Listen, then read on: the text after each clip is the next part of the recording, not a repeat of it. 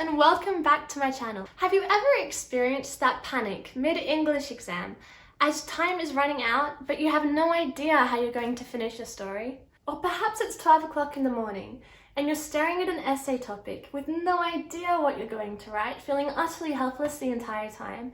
Well, today we are going to solve all of that as we tackle the problem of writer's block. Alrighty, so I have divided today's video into 3 sections. The first where I talk about writer's block in short stories, the second in poems, and finally in essays.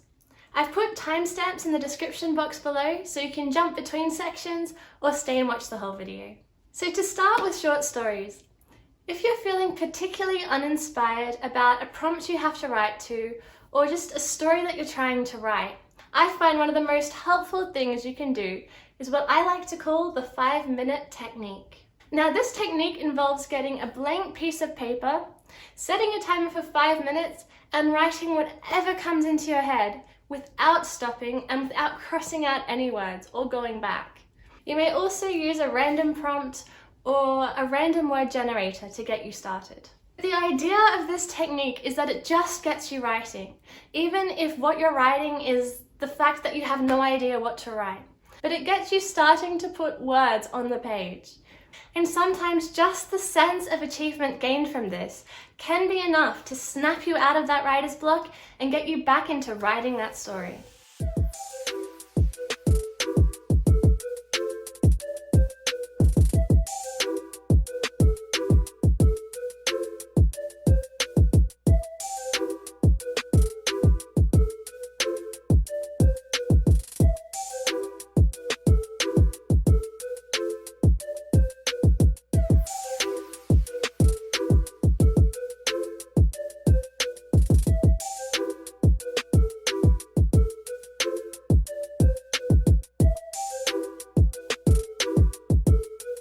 And moving on to step 2. Perhaps the most important thing to avoid a writer's block in a story is to plan the ending first. Because if you plan the ending, you have a direction for all of the events that happen in the story, that they have to end up at this one place. It gives the story direction and drive. And as the ending is the last thing that the audience is going to read, it is important that it is strong. I know I have been in situations myself where I have been writing stories, not planned the ending, and I get halfway through it and just can't do anymore, or feel I can't do anymore. Even though it may have been a really good idea to start off with, I kind of dug myself in a hole by not having a direction in which it was going.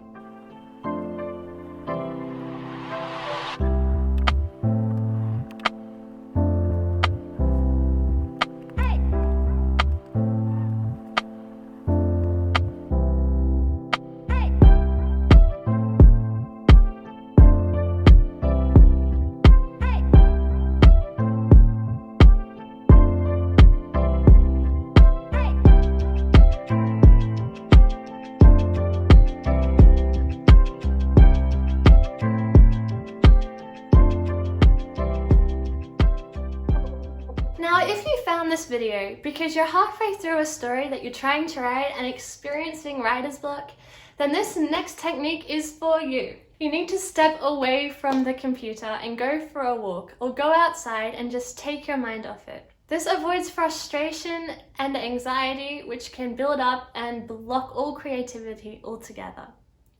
When you come back to your story, treat what you have done so far as a writing prompt. Whether it's a 10,000 word prompt, that's okay, and replan what you are doing.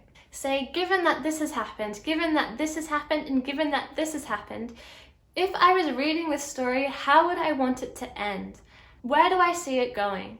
Because the reason that you're likely experiencing writer's block is because the plan has gotten a little bit lost with the creativity of your story. Which isn't a bad thing at all, it just means you have to revisit and replan what you're going to do. And moving on to poems. Now, so often writer's block in poems stems from a sense of entrapment, as they are so highly structured. So it can be very hard to be as creative as you want when you have to conform to this very specific outline. So, to combat this, write a short story first. This makes it so clear in your head, the story that you're actually telling. Now, when transforming your short story into a poem, it may be useful to highlight specific phrases that you like or phrases you think are important to the story itself. And then it just becomes a bit of a puzzle, playing around with your sentences and phrases, fitting them into the lined and versed structure. If transforming your short story into a poem with rhyme, it just requires a little bit more playing around with the words. You may have to alter their position or change a few, or find some synonyms that are easier to rhyme with. If you're struggling with the rhyme a little bit, I find the easiest rhyme structure to do is rhyming lines 1 and 2 and lines 3 and 4. This technique really does work.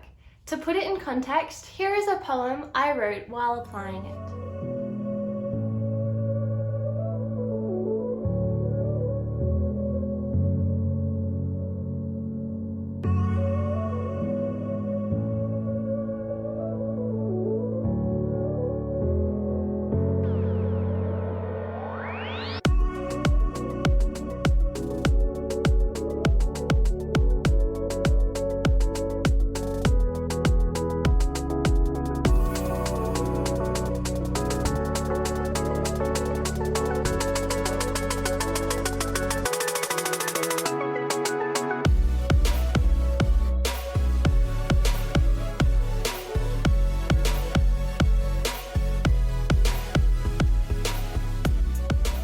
So finally, we are going to talk about essays.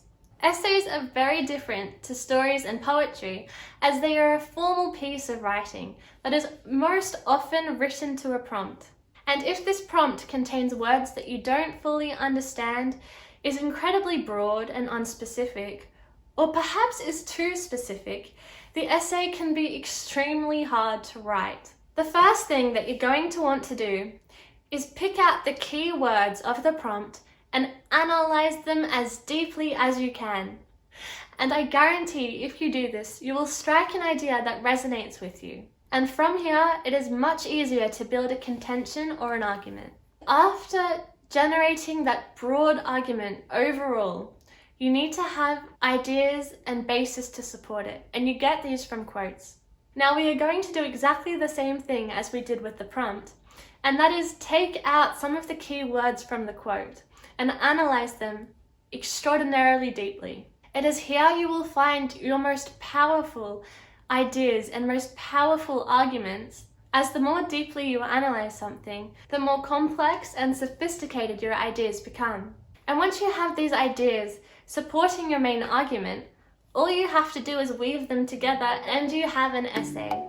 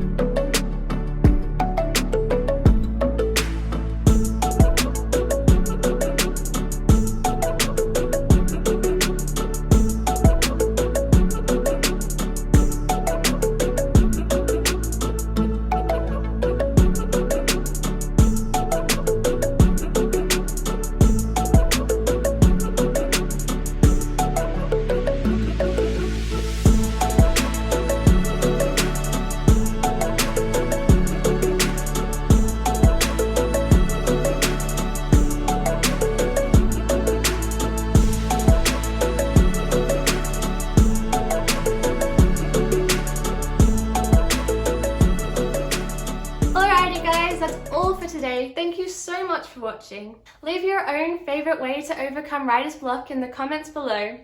Subscribe and follow my Instagram, which you will also find in the description box. And I'll see you in the next video.